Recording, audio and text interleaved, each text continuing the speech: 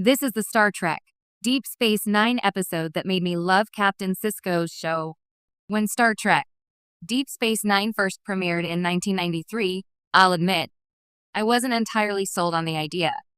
A stationary space station, no Enterprise boldly going anywhere, and a commander not yet a captain who seemed far more reserved than the bombastic Kirk or the refined Picard. It felt like a risk, even for Star Trek. I tuned in sporadically at first, but one particular episode changed everything for me. It didn't just hook me on the show, it made me understand why Captain Benjamin Sisko was one of the franchise's greatest commanders. That episode was The Visitor from Season 4. If you've seen it, you probably already know why it stands out.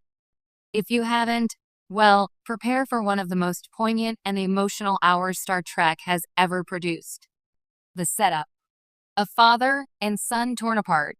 By the time The Visitor aired, Sisko had settled into his role as captain of Deep Space Nine, and his relationship with his teenage son Jake had grown into one of the most grounded, heartfelt elements of the series. Unlike most Star Trek captains, Sisko wasn't just responsible for a crew, he was a single father raising a son in the middle of a politically unstable sector.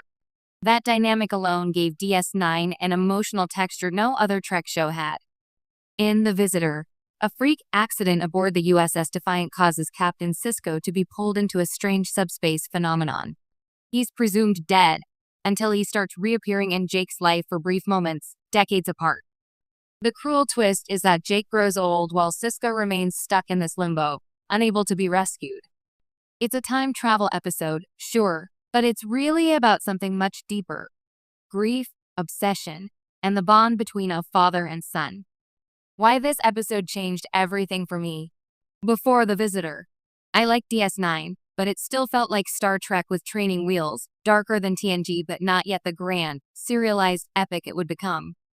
The Visitor made me realize that DS9 was willing to tell human stories with science fiction as the backdrop rather than the entire point.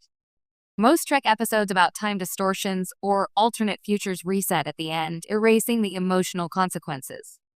The Visitor technically does too.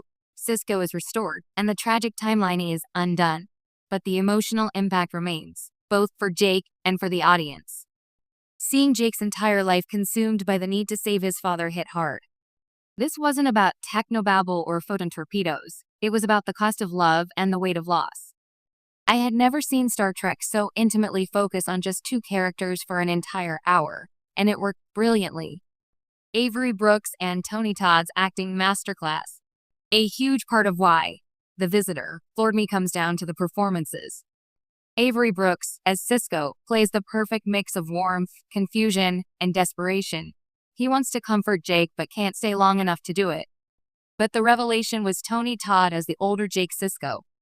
Todd is best known to Trek fans for playing Worf's brother Kurn and for his deep, commanding voice.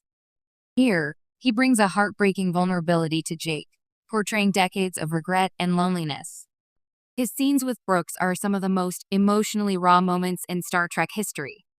The final scene, where Jake sacrifices his own life to send Sisko back in time and prevent the accident, remains one of the most devastating moments I've ever watched on television.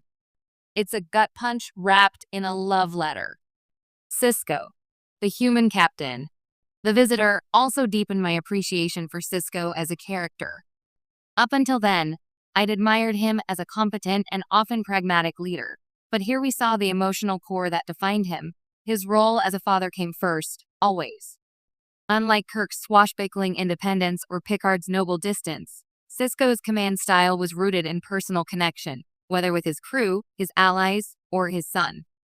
This episode made me realize that DS9 wasn't just about Starfleet's ideals. It was about how those ideals survive in the messy reality of life, war, and relationships. Sisko wasn't a distant icon. He was a man who laughed, loved, mourned, and sometimes failed, all while carrying the weight of command. DS9's secret weapon, emotional honesty. One reason The Visitor works so well is that it doesn't flinch from the pain it depicts. Other Trek series often relied on technobabble solutions that erased emotional stakes by the end. Here, the emotional journey is the point, not a side effect. Even though the events are undone, the viewer has lived through every moment with Jake and Sisko. It's also worth noting that DS9 wasn't afraid to be sad. This wasn't a morality tale with a pat solution. It was a meditation on